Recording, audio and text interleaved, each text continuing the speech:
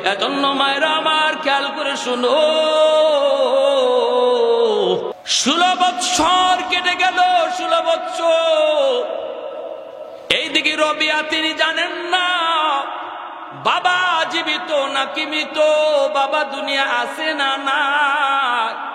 ছেলে তিনি জানেন না, মায়ের কাছ থেকে শুধু মাঝে মাঝে জিজ্ঞেস করে, মা গো আমার আব্বা কেমন, আমার আব্বার চেহারাটা কেমন গো, আমার আব্বার পোশাকটা কেমন, আব্বা লম্বা কদ্দুর কেমন। মায়ের কাছ থেকে বাবা শুধু জানতে চায়, যেই সন্তান জন্মের পর থেকে বাবা পায় না সেই জানে বাবার অভাবটা কেমন। আমার নবী রহমতের নবী জন্মের পরেই তিনি বাবা পান নাই। এজন্য বাবা ডাক্তার ভিতরে কত মায়া কত মধু আমার নবীতা জানতেন না। আব্বু ডাক্তার ভিতরে কত মায়া নবীতা বুঝতেন না। যখনই কোনো শিশু বাচ্চা আব্বু কইয়া বাবারে জড়ায় ধরত, মায়ার নবী দেখে দেখে চোখের পানি জড়ায় কাঁদতেন। আজ যদি আমার আব্বা দুনিয়া থাকতো আমিও তো আব্বু কইয়া এইভাবে জড়ায় ধরতাম। ভাইরা বন্ধুরা, রবিয়া বাবার অভাব তিনি টের পাইতেছেন, কিন্তু মা তিনি তো মা না, তিনি তো বাবার মতোই। মায়ের আদর, বাবার স্নেহ মায়া মমতা সব দিয়ে তিনি বড় করতেছেন। 16 বৎসরের ভিতরে রবিয়া তিনি মাদ্রাসার সব পড়ালেখা শেষ কইরা এই মাদ্রাসারই হেড মুহাদ্দিস হয়ে গেলেন। মদিনার সবচেয়ে বড় মুহাদ্দিস, মদিনার সবচেয়ে বড় মুহাদ্দিস, এই মাদ্রাসারই উস্তাদ, এই মাদ্রাসারই মুহাদ্দিস হয়ে গেলেন। পৃথিবীর বিভিন্ন দেশের ছাত্ররা ওনার কাছে পড়তে বসে, বিভিন্ন মাযহাবের ছাত্ররা পড়তে বসে। ইনি তো লেকচার দেন, ইনি লেকচার দেন। ওনার লেকচার হাদিসের ব্যাখ্যা শোনার জন্য হাজারো হাজারো ছাত্র এসে জমা হয়ে যায়। শুধু তাই নয়, মদিনার মানুষ, মদিনার উলামায়ে কেরাম, মদিনার সমস্ত মানুষ মায়া করে মহব্বত করে শ্রদ্ধা করে হযরত রবিআকে। মদিনার মসজিদ আমার নবীর মসজিদ, যেই মসজিদের মিম্বরে দাঁড়ায় মায়ার নবী নামাজ পড়াইতেন, ওই জায়গার ইমাম রবিআকে বানায় দিলে মদিনার মসজিদের ইমাম।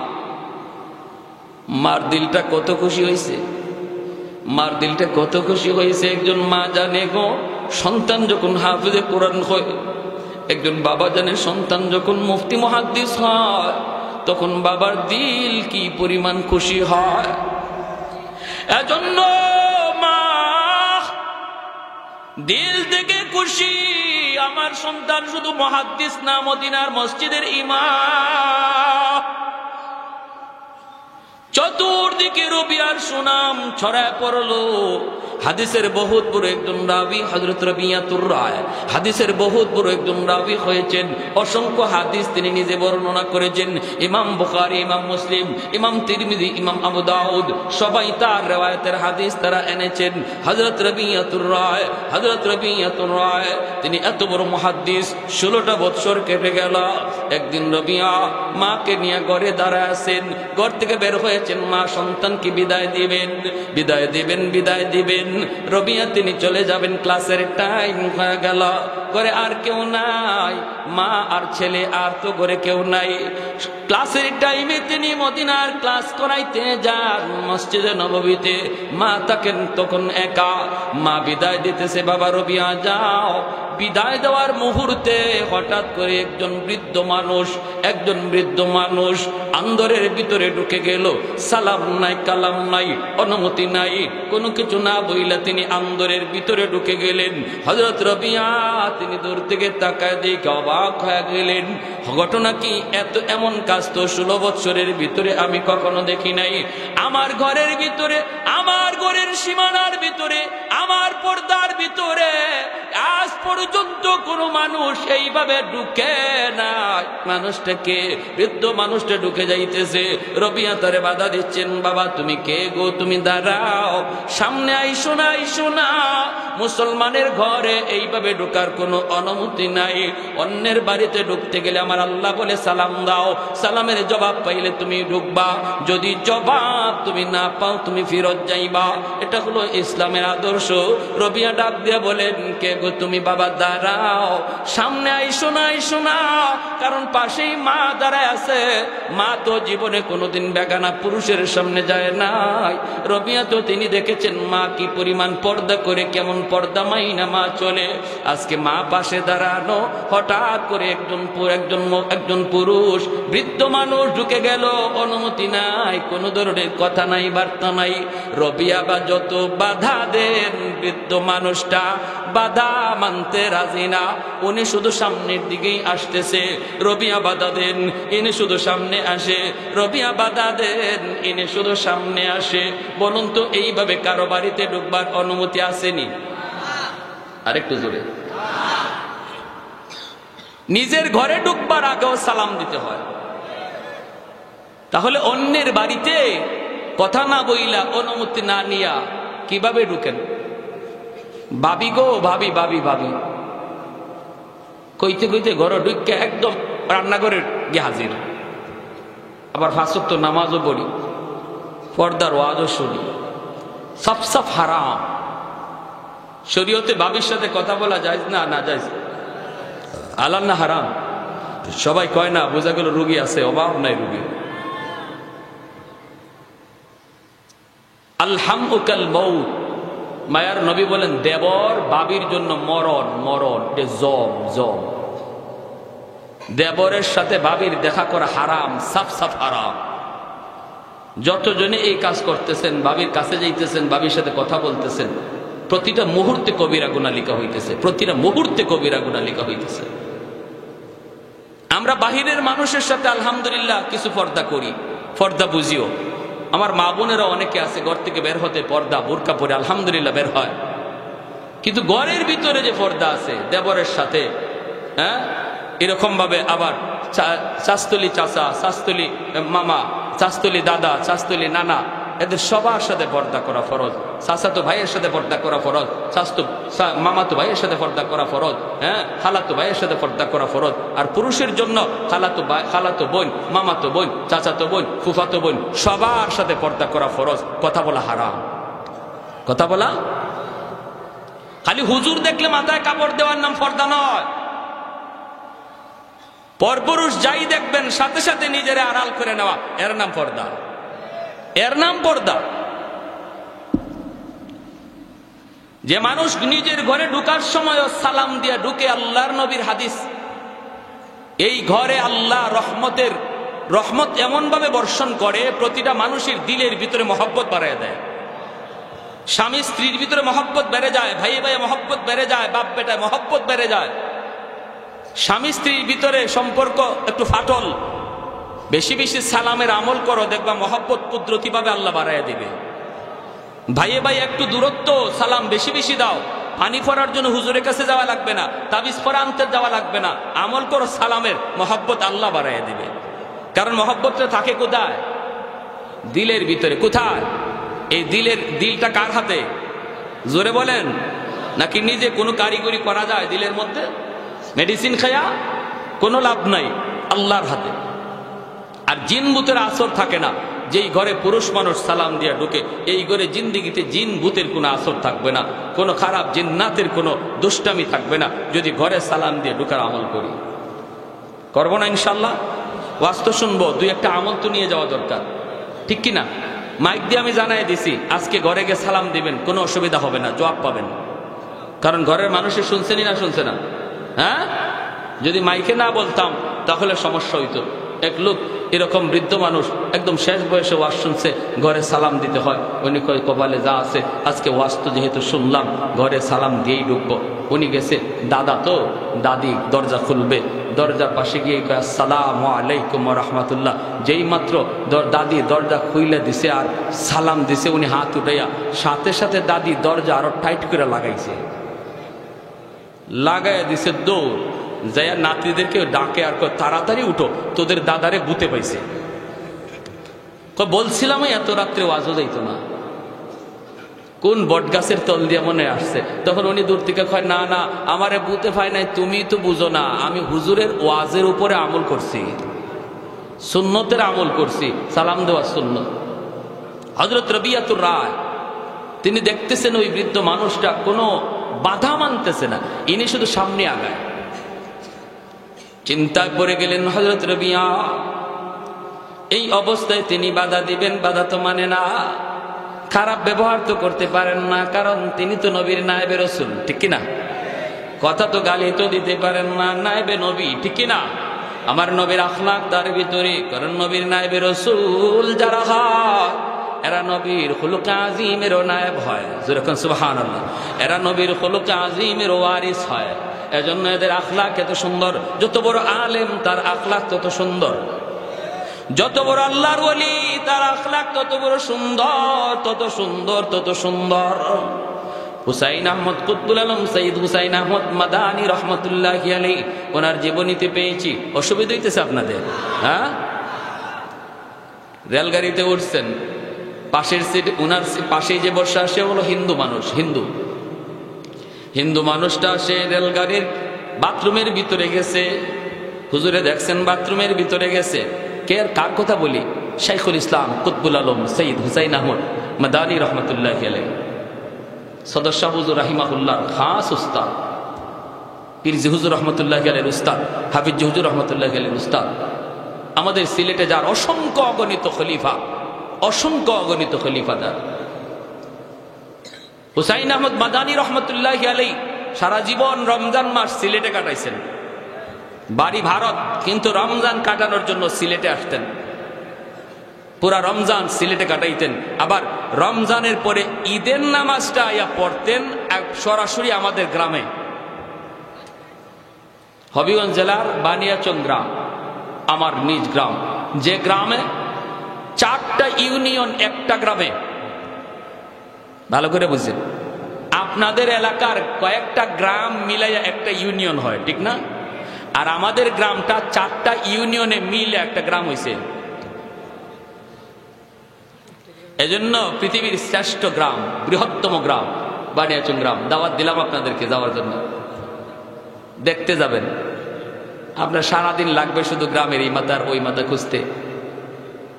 যদি একজন মানুষের নাম জিজ্ঞেস করেন, কেউ বলতে পারবে না, আপনাকে বলতে হবে ঢাকা শহরের মতো কোন পাড়া, কোন মহল্লা, কোথায়, কোন মহল্লার বাড়ি, কোন পাড়ার লোক, কোন ইউনিয়নের লোক, এগুলা বললে পাওয়া যায়। সেই গ্রামে কুতবুল আলম সৈয়দ হুসাইন আহমদ মাদানী রহমতুল্লাহি আলাইহি ঈদের নামাজ পড়তেন। কি বুঝেন? ঈদের নামাজ মানুষ কাদের সাথে পড়ে? যাকে বেশি আপন ভাবে, ঠিক না? সবচেয়ে আপন কাছের মানুষ যাদেরকে মনে করে তাদের সাথে ঈদের নামাজ পড়ে। শাইখুল ইসলাম কুতবুল আলম সৈয়দ হুসাইন আহমদ মাদানী রহমতুল্লাহি আলাইহি ইনি ঈদের নামাজ পড়তেন। এজন্য আমাদের গ্রামেই, শুধু আমাদের গ্রামেই ওনার খলিফা আছে 7 জন খলিফা আমাদের গ্রামে, যারা কেউ এখন নাই, সবাই জান্নাতে চলে গেছে। তো হিন্দু লোকটা বাথরুমে গেল, উনি দেখলেন বাথরুম থেকে আবার বাথরুম না সেরেই সে চলে আসলো। মাদানী আলাইহি রহমত জিজ্ঞেস করতেছেন হিন্দিতে যে তুমি গেলা, চলে আসছো যে? হয় বাথরুম ভালো না, কে নষ্ট করে তো রাখছে, বাথরুম নষ্ট করে ফেলছে, এর জন্য রুচি হয় নাই। সে শাইখুল ইসলাম কুতবুল আলম হুসাইন আহমদ মাদানী রহমতুল্লাহ 18 বৎসর যিনি হাদিস পড়াইছেন আমার নবীর রওজার পাশে বৈশা বৈশা, নবীরে শোনায়া শোনায়া, নবীরে শোনায়া শোনায়া নবীর হাদিস পড়াইছেন 18 বৎসর। এক হাদিস পড়াইতে যাইয়া হায়াত নবীর মাসালা আসলো, নবী কবরে জিন্দা না মুর্দা। ছাত্ররা বলতেছে হুজুর নবী কবরে জিন্দা, এটা আমাদের বুঝে পড়ে না, যুক্তিতে ধরে না। হুজুর আমরা তো বুঝলাম, আপনার কথায় বুঝলাম, হাদিসের ভাষায় বুঝলাম নবীরা কবরে জিন্দা, কিন্তু জিন্দা কেমনে, মরা মানুষ জিন্দা কেমনে আমাদের বুঝে আসে না। হুসাইন আহমদ মাদানী বলেন তোমাদের বুঝে আসে না, তোমাদের বুঝে আসে না, নবী কবরে জিন্দা বুঝে আসে না, তাহলে একটু তাকাও, একটু রওজার দিকে তাকাও। সমস্ত ছাত্ররা ঘুরে রওজার দিকে তাকাইছে, দেখে আল্লাহ সব কুদরতি পর্দা সরায়া নবী যে শুয়ে আছেন সব ছাত্ররে আল্লাহ দেখাইয়া দিয়েছে। সুবহান, কত বড় বুজুর্গ ছিলেন। যার সালামের জবাব, যিনি যখন সালাম দিচ্ছেন আসসালামু আলাইকুম ইয়া জাদ্দি, দাদা আপনাকে আমার সালাম, নবীর বংশের লোক তো। নবী যে সালাম দিচ্ছেন ইয়া ওয়ালাদি কইয়া, সমস্ত উপস্থিত মানুষ শুনছে। আল্লাহ নবীর সালামের উত্তর, তার সালামের উত্তর নবী যে দিচ্ছেন সবাই শুনছে। শেখ কুতবুল আলম সৈয়দ হুসাইন আহমদ মাদানী রহমতুল্লাহ গেলে ইনি ওই হিন্দু লোকটার এই কথা শোনার পর একটু সময় কাটাইছেন, এরপরে উনি বাথরুমে ঢুকছেন। ঢুকিয়া বাথরুমে ওনার ধরে নাই, বাথরুমে চাপ নাই, বাথরুমে ঢুকিয়া এই বাথরুম নিজে হাত দিয়া পানি ব্যবহার কইরা পরিষ্কার করছেন। বাথরুম পরিষ্কার করিয়া তিনি বের হয়ে আসছেন। আয়েশা বলতেছেন, ভাই আপ যাও, এখন যাও, আমি তো বাথরুম করে আসলাম। কই, বাথরুমতে কোনো অসুবিধা নেই, বাথরুম ভালো পরিষ্কার, এখন যাও। পরে হিন্দু লোকটা যায় বাথরুম করে আসলো, গেহে একদম পায় পরিষ্কার স্বচ্ছ পরিচ্ছন্ন হয়ে গেছে। এরা হলেন আমার নবীর খুলুক আজিমের ওয়ারিস, আমার নবীর খুলুক আজিমের ওয়ারিস। কারণ আমার নবী ইহুদি পায়খানা করে বিছানা নষ্ট করে গেছিল, মায়ার নবীর ইহুদি মেহমান হিসেবে এসেছিল আমার নবীকে খুন করার জন্য, নবীকে হত্যা করার জন্য। সেই ইহুদি হত্যা তো করতে পারে নাই, আল্লাহ সাহায্য করেছেন। যাবার সময় তার পেট খারাপ হয়ে গেছিল, সে বাথরুম নষ্ট করে বিছানা নষ্ট করে ফেলেছে মায়ার নবীর। চলে গেছে, ইহুদি চলে গেছে। বেশ দূর যাওয়ার পর শেষ সাইতে ইহুদি চলে যায়, পালায়া ভাগতেছে। মোহাম্মদ যদি আয় আমার পায় তাহলে হত্যা করে ফেলবে। হ্যাঁ, আমি তো মারতে পারবো না, আমি তো মরে যাব। আমার দি বাথরুমে এমন ভাবে আল্লাহ তারে অসুস্থ বানায় দিছে, হে বিছানায় বসতে পারে না, খালি বাথরুমে যায় আর আয়, বাথরুমে যায় আর আয়। এই অবস্থায় শেষ পর্যন্ত শেষ রাতের দিকে তাড়াতাড়ি ভাগতেছে যে আমার হাতে ছুরি আছে, যদি মোহাম্মদ পায় তাহলে তো আমার হত্যা করে ফেলবে। ইহুদি চলে গেছে। বেশ দূর যাওয়ার পর ইহুদি কয়, হায় হায়, আমি তো ছুরি রেখে আসলাম আমার বালিশের তলে, ছুরিটা তো আনতে ভুলে গেলাম। তাহলে মোহাম্মদুর রাসূলুল্লাহ তিনি যখন আমার রুমে ঢুকবেন, ঢুকে দেখবেন আমি নাই, বিছানাটা তুললে বালিশটা তুললেই তো ছুরি পেয়ে যাবেন, তখন তো বুঝে ফেলবেন আমি তার হত্যা করতে এসেছিলাম রাতের অন্ধকারে। আমি আর কতদূর যাব, আমাকে ধরে ফেলবে। তাড়াতাড়ি করে ছুরিটা নিয়ে আসে। সে দৌড়ে আসছে। আবার আয়েশা দেখে আল্লাহর নবী তিনি সে ঘরে তার রুমে পৌঁছার আগে নবীজি শেষ সাথে মেহমানের কি অসুবিধা হয়েছে কিনা, মেহমান কোন অবস্থায় আছে দেখার জন্য নবী ঘরে ঢুকে গেছেন। ঢুকে আল্লাহ নবী দেখেন পুরা বিছানা নষ্ট, বিছানা নষ্ট। ওই মায়ার নবী তার এই ময়লা নিজে পানি দিয়ে পরিষ্কার করতেছেন। এই দৃশ্য দেখার পর ইহুদি মায়ার নবীর হাত ধরে বলতেছে, ইয়া রাসূলুল্লাহ, আমি আপনার মেহমান না গো নবী, আমি একটা খুনি, ভাড়াটিয়া খুনি। আবু লাহাবের স্ত্রী আমারে পাঠাইছে আপনাকে হত্যা করার জন্য টাকার বিনিময়ে। কিন্তু আজ আমি নিজের চোখে যে দৃশ্য দেখলাম, এটা সাধারণ কোনো মানুষের কাজ নয়। আপনি সাধারণ কোনো মানুষ নন, অবশ্যই আপনি আল্লাহর নবী। আমাকে এই মুহূর্তে কালেমা পড়ায় মুসলমান বানান। ওয়া ইন্নাকা লাআলা খুলুকিন আযীম। প্যারে হাজিরিন, আপনাদের আগ্রহ দেখে আমি বয়ানটা ডাইনে বামে নিয়ে অনেক লম্বা করে ফেলতেছি, অসুবিধা দিতেছে আপনাদের না? তারপর আমি জানি আপনাদের এলাকায় 11টার উপরে ওয়াজ চলে না। বিভিন্ন জায়গায় ময়মনসিং এলাকায় গেলে আমাদেরকে বসায় রাত 1টায়, 1টার সময় প্রধান বক্তা বসে। এজন্য ময়মনসিং এর ওয়াজ রাখলে আমাদের কলিজা কাঁপে, হাই রে রাত কয়টার সময় বসায় আল্লাহ জানে। কিন্তু আপনাদের এলাকা আলহামদুলিল্লাহ আপনারা এটা মানেন, ওলি আল্লাহর দেশ, সদস্য হুজুরের দেশ, আপনারা এটা মানেন 11টার ভিতরে প্রোগ্রাম শেষ করা, যাতে করে ফজরের নামাজ পড়তে কারো কষ্ট না হয়, ঠিক না? সামনের দিকে আগায়। আমার ভাইরা বন্ধুরা, এইবার হযরত রবিয়া আর বাধা দিলেন না। বাধা না দিয়া মায়ের দিকে তাকাইতেছেন। রবিয়া তিনি ভাবতেছেন মা হয়তো বলবেন, বাবা বাধা দে, বাধা দে, বাধা দে, লোকটারে আসতে দিবি না। কিন্তু হযরত রবিয়া তিনি দেখেন মা ডাক দিয়ে বলতেছে, বাবা রবিয়া, বৃদ্ধ মানুষটা যখন এসেই পড়েছে তাহলে আর বাধা দিও না, তারে আসতে দেও, আসতে দেও। বাবা বাধা দিও না, তোমার ক্লাসের টাইম হয়ে গেছে রে বাবা, তুমি তোমার ক্লাসে চলে যাও। বিষয়টা আমি বুঝতেছি, তোমার ক্লাসের টাইম হয়ে গেছে, ছাত্ররা অপেক্ষায় রয়েছে, বাবা তুমি চলে যাও। রবিয়া তিনি চলে যাইতেছেন, মনে মনে ভাবতেছেন অনেকগুলি মনের ভিতরে প্রশ্ন। জীবনে কোনোদিন মাকে বেগানা পুরুষের সামনে দেখি না, হায় রে, আজ আমার মা আমার পক্ষে থাকার কথা, কিন্তু না, তিনি তো তা করলেন না। তিনি তো ওই বৃদ্ধ মানুষটার পক্ষ নিয়ে নিলেন।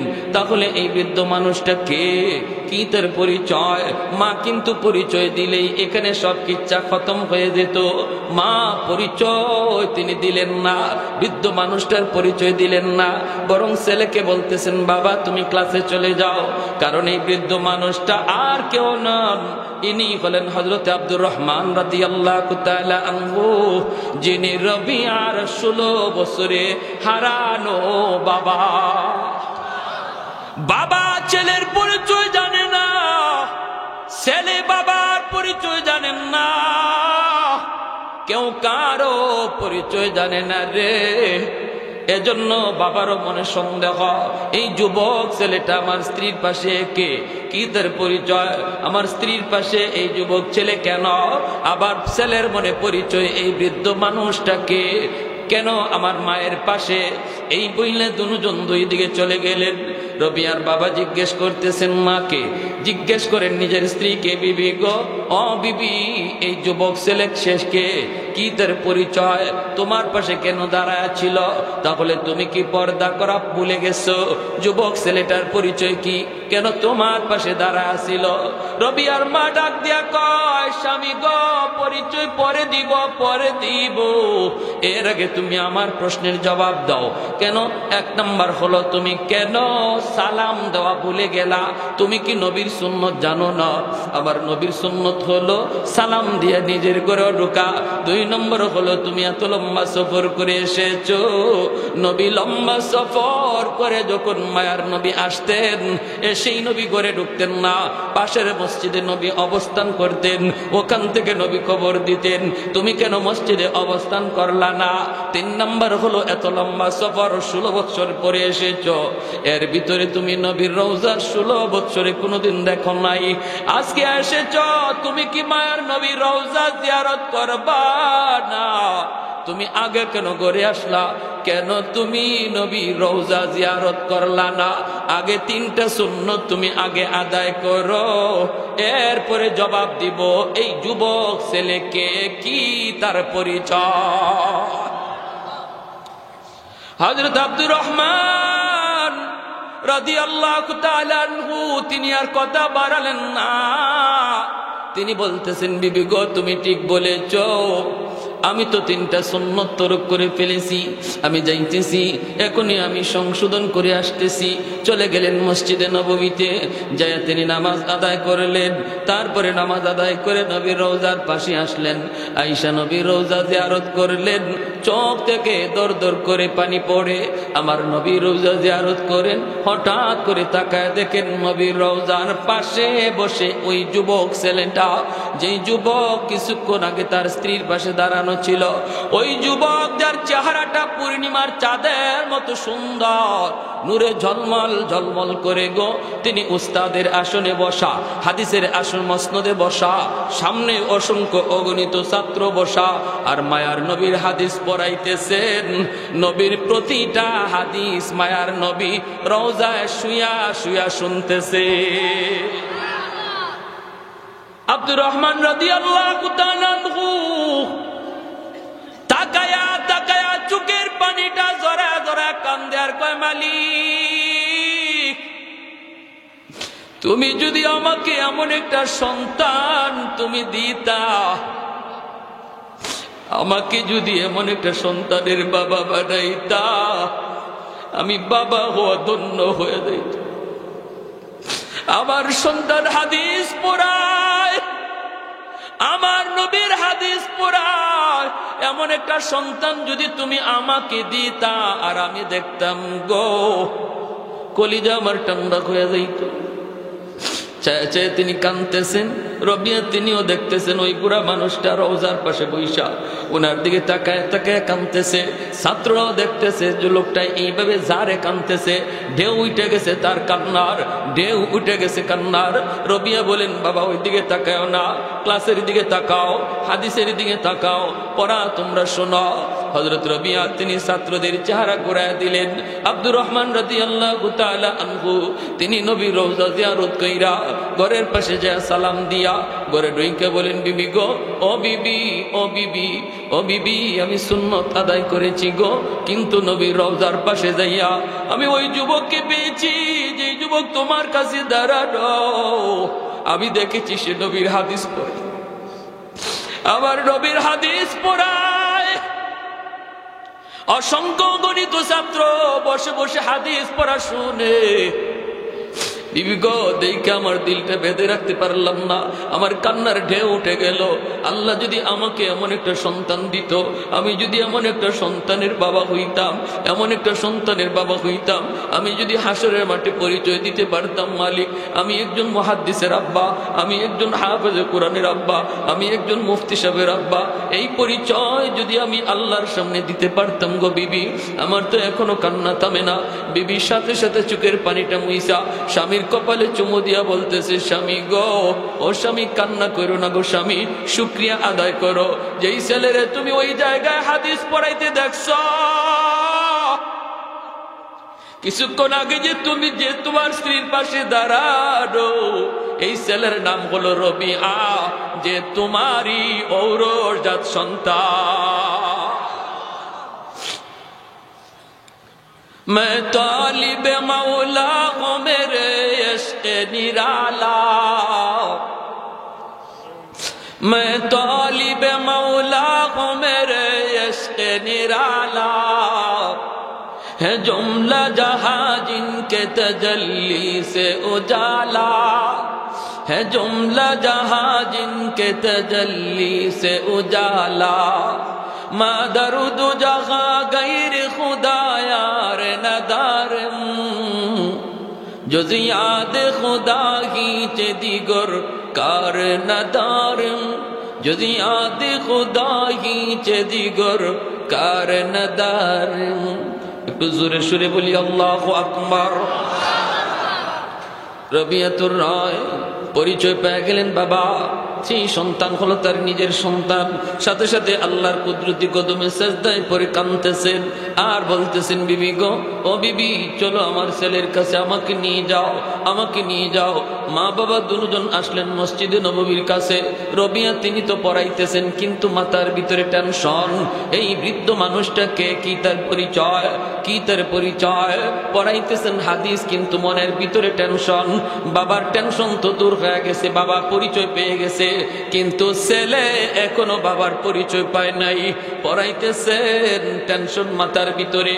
দরজার পাশাপাশি আই সেই মা ডাক দিলেন আড়াল থেকে, পর্দার আড়াল থেকে মা ডাক দিলেন, বাবা রবিআ। যেই মাত্র মায়ের ডাক শুনতে পেলেন রবিআ, সাথে সাথে তিনি পড়া বন্ধ করলেন, বন্ধ করে চলে আসতেছেন। তিনি তো মা ভক্ত সন্তান, সারা জীবন মায়ের কথার অমান্য করেন নাই গো, এজন্য আল্লাহ জিন্দেগি উজালা করে দিছে, আল্লাহ ভবিষ্যৎ সুন্দর করে দিছে। এর যুবক, বাপ মার কথাকে 100 মাইনা চলো, আল্লাহ তোমার দুনিয়ার সামনের জীবনটা উজ্জ্বল করে দিবে, সামনের সমস্ত পথগুলি আল্লাহ আসান করে দিবে, লেখাপড়ার সব ঘাটগুলি আল্লাহ তোমার জন্য সহজ করে দিবে। তুমি ব্যবসা করো, ব্যবসায় উন্নতি চাও, বাপ মারে খুশি রাখো, চাকরি চাও, বাপ মারে খুশি রাখো। যখনই বাপ মার অন্তর থেকে দোয়া আসবে, আল্লাহ পাক তোমার দুনিয়ার জীবনের সবগুলি বাধা দূর করে দিবে। জোরে কোন সুবহানাল্লাহ। সবগুলি বাধা আল্লাহ দূর করে দিবে। রবিয়া তিনি পড়া বন্ধ করে তিনি আসলেন মায়ের কাছে। আয়েশা তিনি দেখেন, হায় হায়, ওই বৃদ্ধ মানুষটা এখনো মায়ের কাছে দাঁড়ানো, মায়ের কাছে এখনো দাঁড়ানো। রবিয়া তিনি তো পরিচয় পান না তিনি কে। এমনি কাছে আয়েশা মাথাটা নিচের দিকে দিয়ে দাঁড়ায় রয়েছেন লজ্জায়। মা তখন ডাক দিয়া বলতেছে, কাছে গিয়া কপালে চুমু দিয়া কই, বাবা রবিআ, লজ্জা পাইতেছো বাবা, লজ্জা পাওয়ার কারণ নাই। তোমার মা জীবনে কোনোদিন পর্দা লঙ্ঘন করে না, পর্দার ভিতরে থেকে আমি তোমাকে লালন পালন করেছি, এজন্য আল্লাহ তোমার জেহেন যাকাত মেধা শক্তি বাড়ায় দিছে। শেষ বয়সে মা পর্দার ব্যাঘাত ঘটাই মুনারে বাবা, যারে তুমি পাশে দেখতেছো ইনি বেগানা কেউ নয়, ইনি তোমার বাবা, যিনি 16 বছর আগে দাওয়াতের কাজে বের হয়েছিলেন। বাপ বেটায় কোলাকুলি, বাবা সন্তানকে বুকে জড়ায় কান্দে, সন্তান বাবাকে জড়ায় ধরে কান্দে। বাবায় কান্দে, আল্লাহ গো তুমি যে আমাকে এমন একটা সন্তান উপহার দিয়েছো, আল্লাহ তুমি যে আমারে এমন সন্তান দিয়েছো। আর ছেলে কান্দে, আল্লাহ তুমি যে আমারে আমার আব্বারে দেখাইছো, আব্বারে যে দেখাইছো। এই বইলা বাপ বেটা দুজন কান্দে, বাবা কপালে চুমু খায়, সন্তান বাবার কপালে চুমু খায়। বাবা মনে রাখো, এই অবস্থায় দুজন যখন বাড়ির দিকে রওনা দিবে, বাড়ির দিকে রওনা দিবে, কে আগে যাবে কে পিছনে যাবে এই নিয়ে লাগছে এখন একটু, এই নিয়ে বিতর্ক। বাবাই কয়, বাবাই কয় ছেলে রে, বাবা রবিয়া তুমি আগে যাও, আমরা তোমার পিছনে পিছনে হাঁটবো। কিন্তু ছেলে কয়, না না বাবা আমি আগে না, বাবা তুমি আগে যাও, তুমি বড়, বাবা তুমি বড়, তুমি আব্বা তুমি আগে যাও, আমরা পিছনে যাব। বাবাই কয়, না বাবা আমি বড় না, তুমি বড়, তুমি আগে যাও, আমরা পিছনে যাব। কিন্তু ছেলে আগে যায় না, ছেলে কয়, না আব্বা তুমি বড়, তুমি আগে, আমরা পিছনে। এটাই হলো মাদ্রাসার শিক্ষার আদব, এটাই হলো আমার নবীর আদব, এটাই হলো কোরআনের শিক্ষার আসর, নবীর শিক্ষার আসর। মাদ্রাসার ছাত্রগুলি দেখবেন উস্তাদের জুতা বাইল করে দেয়, জুতা সোজা করে দেয়, মুরব্বীদের জুতা সোজা করে দেয়। উস্তাদের সাথে ছাত্ররা বেয়াদবি করে না, বাপ মার সাথে বেয়াদবি করে না। শিল্পপতির বাপ মা, শিল্পপতির বাপ মা বৃদ্ধাশ্রমে পাওয়া যায়, কিন্তু হাফেজে কোরআনের বাপ মা, আলেমে দ্বীনের বাপ মা বৃদ্ধাশ্রমে কেউ দেখাতে পারবে না। আওয়াজ দিয়া বলেন ঠিক কি না? ভাইরা বন্ধুরা, রবিয়া বলতেছি না আব্বা আপনি আগে যান। বাবা কয়, না বাবা তুমি আগে যাও। এই অবস্থায় কে আগে যাবে, কে বড় কে বড় কে বড় এই নিয়ে লাগছে। বাবা ভাইয়েরা আমার, রবিয়া বলতেছে আমিও না বাবা তুমিও না, আম্মা সিদ্ধান্ত দিবে কে আগে যাবে কে পরে যাবে। মা তুমি বলো গো মা, কে আগে যাবে কে আগে যাবে, কে বড়? মা তুমি ফয়সালা দাও, তোমার সিদ্ধান্তই ফাইনাল সিদ্ধান্ত। যেই মাত্র মার উপরে সিদ্ধান্ত দেওয়া হয়েছে, কেমন মা কেমন মা? মায় কই বাবারে যদি আমার সিদ্ধান্ত মেনে নাও তাহলে আমার যুক্তিতে বলে তুমি বড়, বাবা তুমি আগে যাও, আমরা বাপ মা তোমার পিছনে পিছনে যাব। হযরত রবিয়া কই মা কেমন করে তুমি কোন যুক্তিতে এই সিদ্ধান্ত দিয়েছো, কোন যুক্তিতে আমি বড়? মা কই বাবা রে দুনিয়াতে হলে তুমি বড়, আখিরাতেও তুমি বড়। দুনিয়াতেও তুমি বড়, তুমি মসজিদে নববীর ইমাম। তুমি যদি মসজিদে নববীর ইমামতি করো, বাবা যদি তোমার পিছনে নামাজে দাঁড়ায়, বাবা তোমার পিছনেই দাঁড়ায়। ছেলে যদি ইমাম হয়, বাবা মুক্তাদি হয়, ছেলে আগে থাকে বাবা পিছনে থাকে। দুনিয়াতেও আল্লাহ তোমাকে আগে বাড়ায় দিছে, তোমার বাবা পিছনে। হাসরের ময়দানও আল্লাহ পাক নবীর নায়েব বানায়া তোমাকে সামনে যাইতে বলবে, আর তখন তুমি বলবে মালিক আমার আব্বা আম্মা ছাড়া আমি জান্নাতে যাইব না, আমাদেরকে খুঁজা তোমার পিছনে জান্নাত দেওয়া হবে। তুমি আগে, দুনিয়াতেও তুমি আগে, এজন্য আজকেও তুমি আগেই যাও, আমরা পিছনে যাব, আমরা পিছনে যাব। কি শিক্ষা? কোন শিক্ষা? ওই মাদ্রাসা শিক্ষা, কোরআনের শিক্ষা, দ্বীনি শিক্ষা, যেখানে আমার নবীর আখলাক শেখানো হয়, যেখান থেকে সন্তান মানুষের সন্তান হয়, যেখান থেকে সন্তান আদর্শ সন্তান হয়। এজন্য আল্লাহ রাব্বুল আলামিন বলে হাসরের মাঠে আমি আল্লাহ হাজারো কোটি মানুষের ভিতরে যারা আলেমের বাপমা, হাফেজে কোরআনের বাপমা, তাদেরকেই আল্লাহ খুঁজবেন আর মাথায় মুকুট পরাবেন। দাউহু আহসানু মিন দাউইশ শামস, যার পাওয়ার সূর্যের চেয়েও বেশি হবে। আল্লাহ সবাইকে বুঝার এবং আমল করার তৌফিক দান করুন। যারা মাদ্রাসায় সন্তান দেওয়ার নিয়ত করছি, আল্লাহ নিয়তকে কবুল করো। আর যারা এখনো নিয়ত করতে পারি নাই, পোক্ত নিয়ত করার তৌফিক আল্লাহ সবাইকে দান করুন। সবাই বলি আমিন।